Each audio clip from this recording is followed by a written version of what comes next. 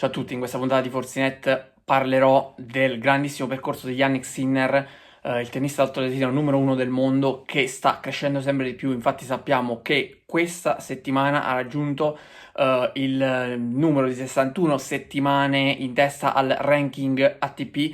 Questo è il suo primo regno e beh, già su questo punto di vista, insomma, sotto questo ambito, bisogna dire una cosa molto importante, una statistica molto importante perché al suo primo la sua prima volta da numero uno del mondo è riuscito già a fare meglio di diversi tennisti molto importanti su tutti Novak Djokovic, perché appunto Sinner è riuscito a rimanere finora 61 settimane e noi ci auguriamo ovviamente che possa crescere sempre di più e arriverò anche a questo punto più in là nel video. Perché? Perché comunque ha battuto Djokovic che si era fermato nel suo primo regno da numero uno del mondo a 53 settimane, mentre Nadal addirittura a 46, quindi Sinner sotto questo punto di vista, oltre a far meglio di Carlos Alcaraz, ha fatto meglio anche di due leggende del tennis come Nadal e come Djokovic appunto, nonché come anche Murray, che comunque sicuramente dei Fab Four è quello che è un po' più indietro, è sempre stato più indietro e sicuramente non ha vinto contro gli altri tre. E si è fermato a 41 settimane nel suo primo step da numero uno del mondo. Gli altri atleti leggendari che si è messo alle spalle Sinner sono anche Nastase, 40 settimane, Agassi 30 settimane ed Edberg 24 settimane. Davanti a tutti chiaramente in questa primato, ma non solo, c'è Roger Federer che alla sua prima volta da numero uno del mondo è riuscito a rimanere in cima alla classifica davanti a tutti per ben 237 settimane e apparentemente sembrerebbe davvero irraggiungibile come record. Chissà se qualcuno riuscirà mai a centrare quell'obiettivo, veramente molto complicato, ma vedremo poi se qualcuno riuscirà a espressarlo. Noi speriamo tutti che possa essere Yannick Sinner.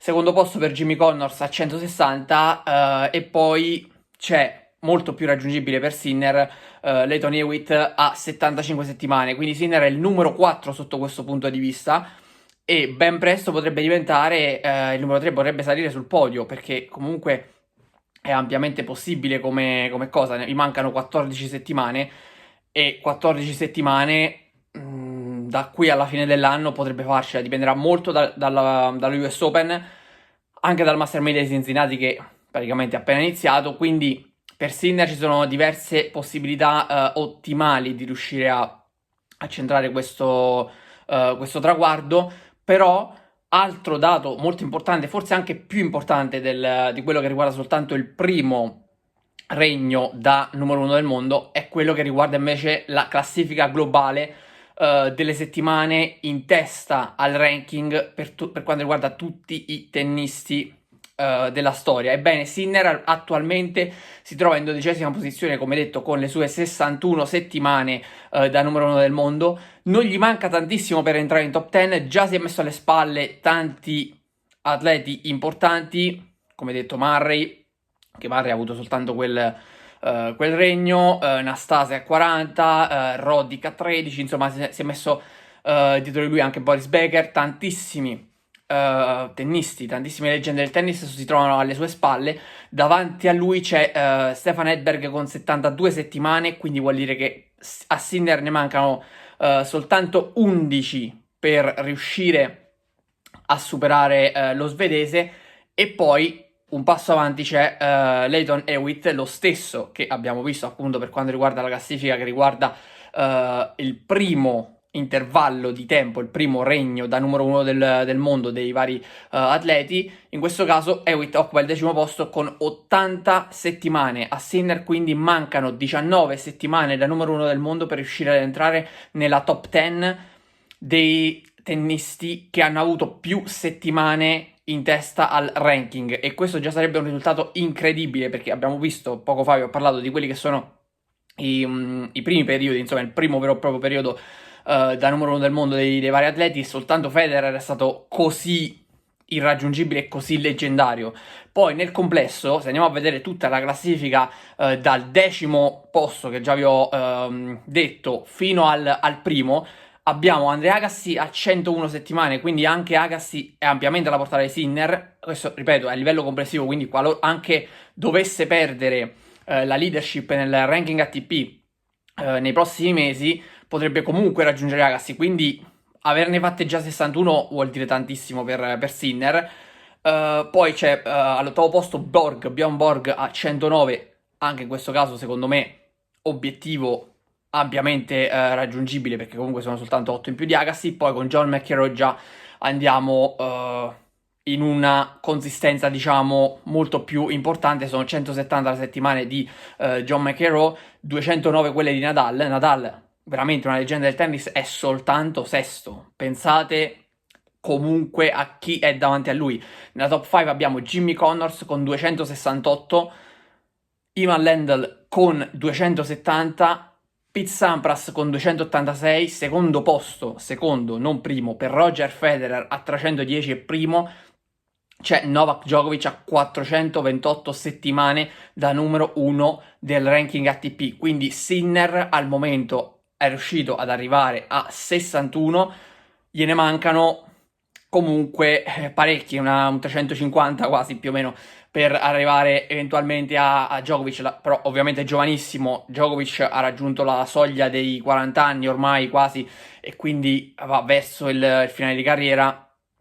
Per Sinner c'è una carriera davanti, l'obiettivo è quello, vedremo poi se riuscirà a raggiungere Djokovic oppure no, o comunque dove riuscirà a piazzarsi in questa classifica, perché contano tanti fattori nella carriera di un atleta. Per esempio Nadal comunque è stato fermato da parecchi problemi fisici e questo c'è da dirlo, anche lo stesso Djokovic forse un po' meno, anche Federer comunque ha avuto problemi fisici, quindi c'è sempre da considerare diverse variabili e diverse situazioni. Sta di fatto che però Sinner la top 10 la vede molto vicina, e essendo comunque una 19 settimane dovrebbe riuscirci, insomma, nei prossimi mesi, non tantissimo, non dovrebbe volerci tantissimo tempo se consideriamo le tempistiche, almeno per quello che penso io, sarebbero 4 mesi e mezzo più o meno, quindi per me potrebbe anche continuare così tutto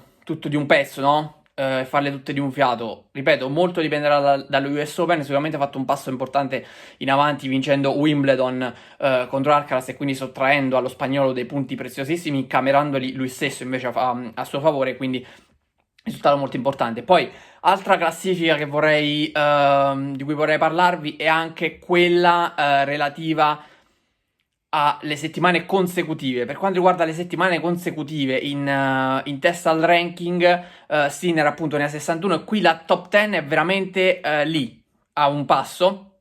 C'è sempre Hewitt davanti a lui con 75 settimane. Questo è stato insomma, il regno di Hewitt, che di fatto è quello che avevo elencato anche per quanto riguarda il primo appunto regno. Gliene mancano 14 settimane, e lì da una parte diventa entra in top 3, e qui invece entrerebbe in top 10 per quanto riguarda le settimane consecutive in Metal Ranking. In questa speciale classifica chiaramente il dominatore è Roger Federer, perché ne ha 237, che sono le stesse appunto del suo primo regno da numero 1 del mondo, e alle sue spalle, come nella classifica per quanto riguarda appunto la prima volta, c'è sempre Jimmy Connors.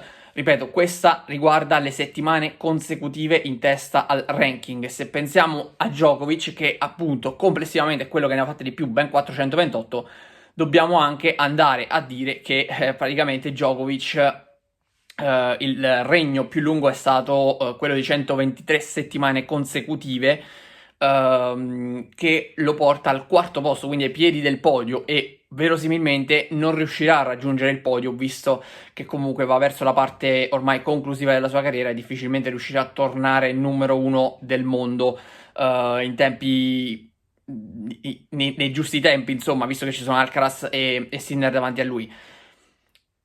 E davanti a lui, in questa speciale classifica, oltre appunto a Federer e a Connors, c'è anche Ivan Lendl a 157, poi davanti a Sinner ci sono ancora Sampras a 102, sempre Djokovic a 86, Connors ancora a 84, Sampras a 82, Lendl a 80, e poi come detto Hewitt, e arriva Sinner a 61. Quindi Sinner ha delle buonissime possibilità secondo me, di arrivare quantomeno a raggiungere il secondo regno più lungo di Djokovic, che è quello di 86 settimane. Da 61 a 86, per carità, sono comunque 25 settimane e non sono poche, praticamente è un altro metà di anno. Però vedremo poi a quanto riuscirà ad arrivare Sinner. Questo soltanto per continuare a sottolineare la grandezza di Yannick Sinner e la forza di Yannick Sinner, che veramente è stato un fenomeno. Per quanto riguarda poi le statistiche che riguardano le volte in cui sono stati in testa al ranking, chiaramente Djokovic, visto anche il numero di settimane complessive, è quello che c'è stato di più con 8 volte. Sampras 6, Nadal, Federer, Connors 4, ovviamente Sinner è fermo a 1 e speriamo che lo possa rimanere ancora a lungo, perché almeno così continua la sua striscia consecutiva. A 1 ovviamente c'è anche Alcaraz, c'è Murray, Roddick, insomma ci sono diversi atleti. Quindi diciamo che sono statistiche che lasciano anche un po' il tempo che trovano sotto un certo punto di vista, ma che dicono tanto sotto altri punti di vista, perché è logico che vanno contestualizzate, perché andando a vedere le settimane complessive sembrerebbe essere Djokovic il miglior tennista nel mondo, anche per quanto riguarda le vittorie ottenute. Ma vanno, ripeto, contestualizzate in base anche ai periodi e agli avversari che hanno avuto i vari atleti. Adesso Sinner ha Alcaraz, e direi anche fortunatamente, perché se non ci fosse stato Alcaraz sarebbe stato anche molto più complicato appassionarsi al tennis, secondo me, perché quando uno vince e non ha avversari non è così bello, secondo me, nonostante magari si tifi quello stesso atleta o quella squadra o chi che sia. Bene, per oggi è tutto, vi do appuntamento alla prossima puntata di Forzinet. Ciao a tutti.